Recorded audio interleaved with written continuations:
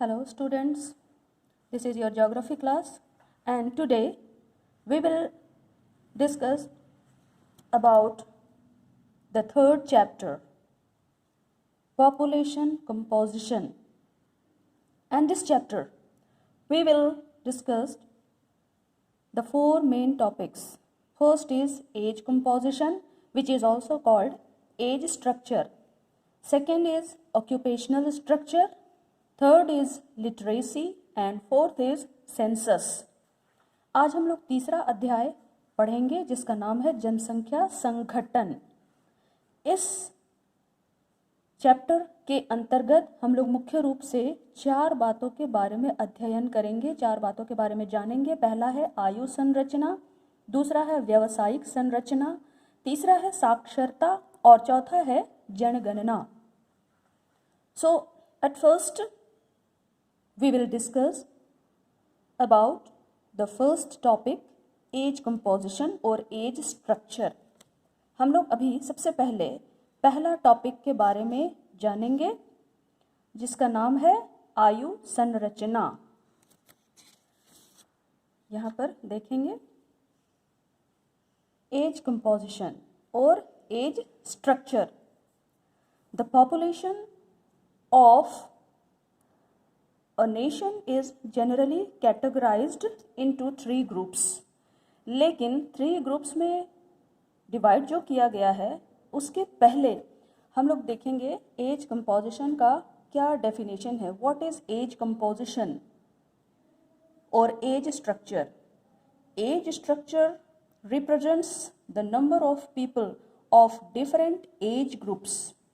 It can help us to know the number of working population and dependent population। मतलब आयु संरचना के अंतर्गत किसी प्रदेश या देश में विभिन्न आयु वर्गों में स्त्री पुरुष जनसंख्या को प्रदर्शित किया जाता है और इसके द्वारा किसी देश की कार्यशील जनसंख्या तथा उस पर आश्रित जनसंख्या का अनुमान लगाया जा सकता है। और इजी वे में अगर समझना चाहते हैं तो क्या है एज कंपोजिशन, मतलब कि किसी भी देश में किसी भी एज के जो मेल फीमेल होते हैं उसमें कितने मेल फीमेल काम कर रहे हैं और कितने मेल फीमेल उन काम करने वालों पर डिपेंडेंट है, इसका हम लोग एज कंपोजिशन से अनुमान लगा सकते हैं। समझ में आ गई है। तो अब हम लोग देखेंगे कि एज कंपोजिशन को कितने पार्ट्स में कैटेगराइज्ड किया गया है, कितने पार्ट में डिवाइड किया गया है। The population of a nation is generally categorised into 3 groups. First children, मतलब पहला है बच्चे जिसकी उम्र सीमा है 0 से 15 ईयर्स। दूसरा है वर्किंग एज जिसकी उम्र सीमा है 15 से 59 ईयर्स। तीसरा है एजेड जिसकी उम्र सीमा है 59 ईयर्स से ज़्यादा। तो सबसे पहले हम लोग देखेंगे चिल्ड्रेन। चिल्ड्रेन 0 से 15 ईयर्स। क्या होता है चिल्ड्रेन में? Children are economically unproductive and need to be taken care of food, education, clothing and medical facilities. बच्चे जो होते हैं, जो 0 से 15 साल तक के जो बच्चे होते हैं वो आर्थिक रूप से अन उत्पादक होते हैं, मतलब वो मनी अर्न नहीं कर सकते हैं।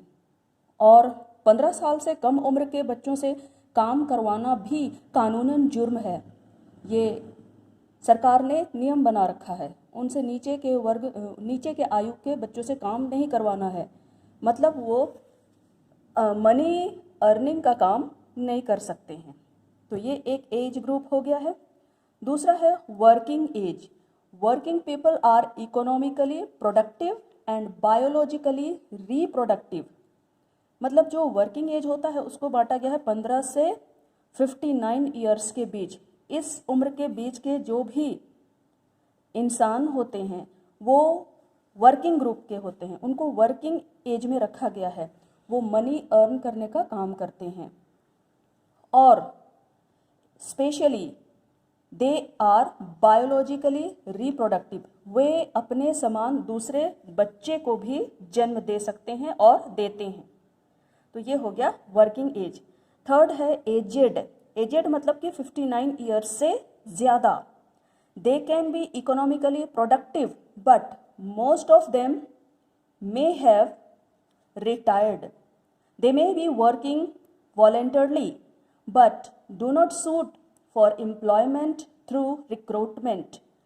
मतलब कि 59 ईयर्स से जो ज़्यादा के लोग होते हैं वे आर्थिक रूप से पैसा तो कमा सकते हैं, लेकिन 59 ईयर्स से ज़्यादा उम्र के लोग रिटायर हो चुके होते हैं, सेवानिवृत्त हो चुके होते हैं।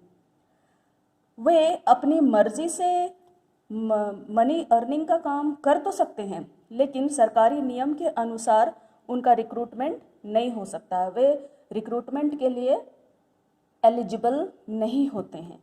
तो आई थिंक ये तीनों टॉपिक्स आप लोगों को समझ में आ गए होंगे। Now come to the second point, occupational structure. What is occupational structure? The distribution of working population in various sectors of the economy, that is primary, secondary and tertiary, is called occupational structure। यानी कि कार्यशील जनसंख्या, इसको कहते हैं हम लोग व्यावसायिक संरचना।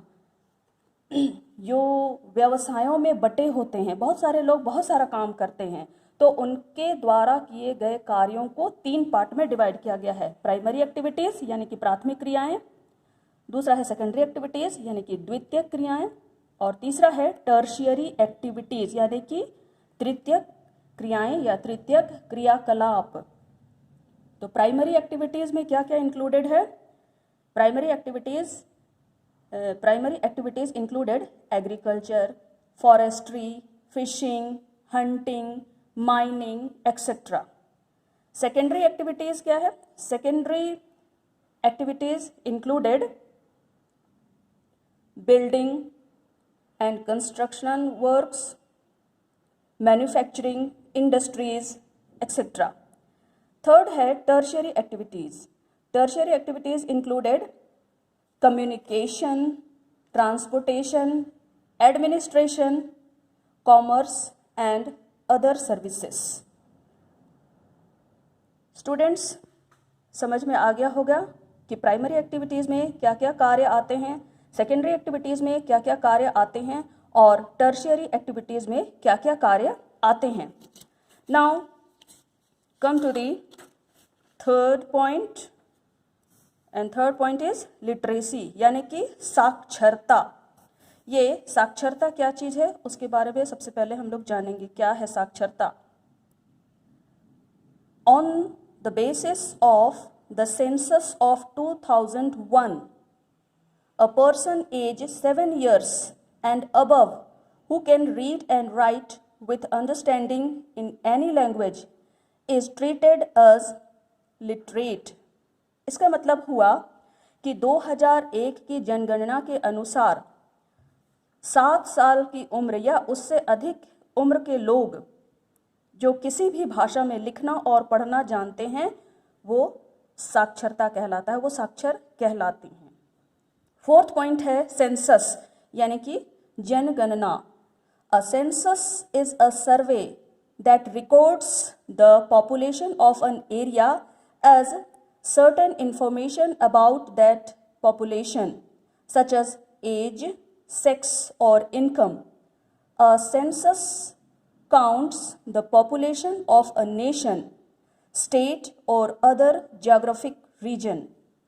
अर्थात किसी देश अथवा किसी भी क्षेत्र में लोगों के बारे में विधिवत रूप से सूचना प्राप्त करना एवं उसे रिकॉर्ड करना जनगणना कहलाती है, और यह एक निश्चित समय के अंतराल के बाद होती है और जो शासकीय आदेश के तहत की जाती है। हमारे भारत में भी जनगणना प्रत्येक 10 वर्ष के बाद होती है, जो कि सरकारी आदेश के अनुसार होती है। तो यही कहलाता है जनगणना। I think this chapter is cleared. Thank you. Students, अभी जो आपने सुना लिटरेसी के बारे में, उसमें थोड़ा सा मिस्टेक है, स्पेलिंग मिस्टेक है। स्पेलिंग लिखा हुआ है LITRACY, जो कि गलत है, उसको आप लोग सुधार लीजिएगा। सही स्पेलिंग है LITERACY, लिटरेसी। Thank you.